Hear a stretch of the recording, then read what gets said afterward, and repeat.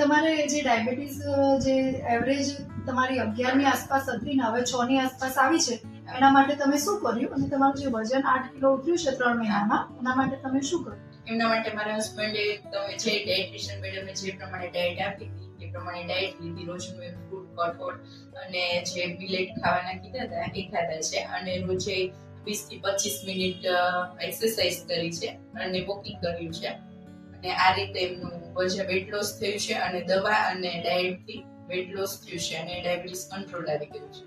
Okay, અને તમને અહીંયા ડોક્ટરની સારવાર કેવી લાગી છે અને ડાયટિશિયનનું જે સલાહ સૂચન છે એ બધું એનાથી તમને કેવું લાગ્યું? જીવનશૈલીમાં પરિવર્તન આ જે તમને પોતાને કેવું ફીલ થયું અને ઓછું થયું છે તો તમને કેવું ફીલ થયું છે?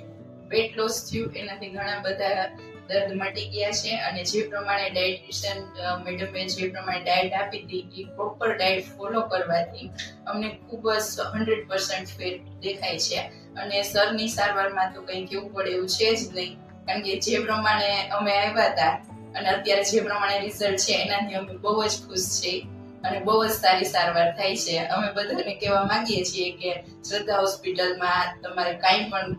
રોગ હોય આવો તો તમે આવી શકો છો, એનાથી ખૂબ સરસ તમારી સારવાર થશે.